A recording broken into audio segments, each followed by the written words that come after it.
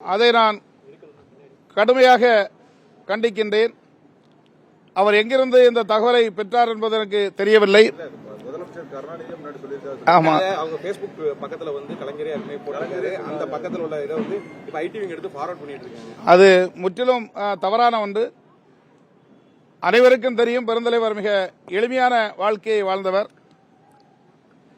கிராமமாக சென்று மக்களை சந்தித்தவர். கிராமங்களில் எல்லா கிராமங்களிலும் சர்க்கியூட் ஹவுஸ் கிடையாது. செல்லுகின்ற இடங்களில் எந்த இடம் கிடைத்தாலும் அங்கே படுத்துக் கொள்வார். பல இடங்களில் பொதுவெளிகளில் கட்டில் போட்டு மரத்தடியில் கூட படுத்து இந்த நாட்டு மக்களுக்காக பணியாற்றிய மாபெரும் தலைவர்.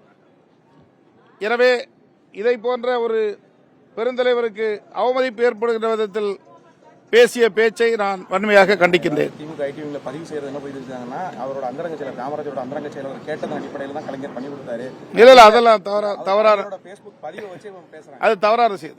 இல்ல குறிப்பா இப்ப காங்கிரஸ் கட்சியோட மனநிலை எப்படி? இப்ப ஜோதி மணிலாம் சொல்லிருக்காங்க, கடுமையா இதை நாங்க கொடுத்துருக்க மாட்டோம், ஏன்னா எங்களோட தலைவரே நாங்களும் நிச்சயமாக அதை எடுத்து முன்னெடுக்கப்படும். அது தலைமையோடு கலந்து கொண்டு உங்களுக்கு தெரிவிப்பேன். அவர் இந்த விஷயத்தை பெருசாக்காதீங்கன்னு திருச்சி சிவா வேற எனக்கு ஒரு அறிக்கை போட்டிருக்காரு. அதை நான் பார்க்கல. இந்த விஷயத்தை பெருசாக்காதீங்கன்னு போட்டிருக்காரு. அப்படின்னு அவர் மன்னிப்பு கேட்கணும். நான் தவறா சொல்லிட்டேன்னு சொல்லணும்.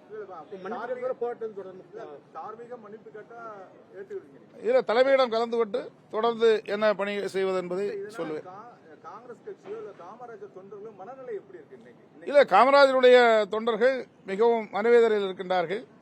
ஏனென்றால் அந்த தலைவர் காங்கிரஸ் கட்சிக்காரர்கள் மட்டுமல்ல, அனைத்து தலைவர்களும் போற்றக்கூடிய ஒரு ஒப்பற்ற தலைவர். அவரை குறித்து தவறான தகவல்களை பரப்புவது வன்மையாக கண்டிக்கத்தக்கது.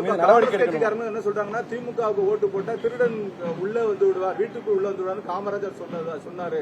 அப்பவே சொன்னாங்க, இருந்தாலும் கூட்டணியில இருக்கும் அப்படின்னு சொல்றாங்க. அதை நீங்க எப்படி பாக்குறீங்க? காமராஜர் சொன்னார், திமுகவுக்கு வாக்களித்தா திருடன் உள்ள வந்து விடுவான், வீட்டுக்குள் உள்ள வந்து விடுவான் காமராஜர் சொன்னாரு. இப்ப ஞாபகப்படுத்தி எப்படி பாக்கீங்க? அந்த கருத்தை நான் பார்க்கவில்லை இன்னும்.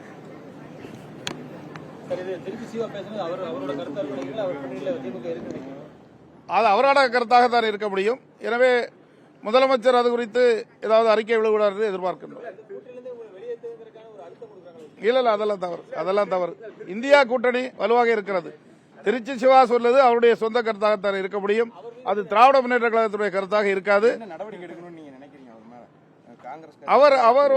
அவர் வெளியிட்ட கருத்தை வாபஸ் வாங்க வேண்டும், மன்னிப்பு கேட்க வேண்டும்.